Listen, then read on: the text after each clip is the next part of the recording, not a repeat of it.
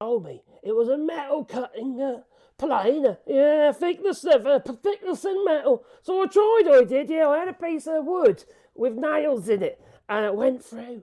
And unfortunately, it wasn't meant for cutting metal. No, it's for cutting wood. Yeah, only. As you see, there's a proper great notch there. There's a few other little ones there, and down that side, another one there.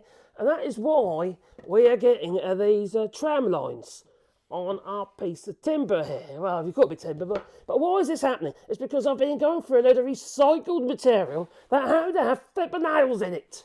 And yes, I do have a metal detector before you ask. Toodaloo!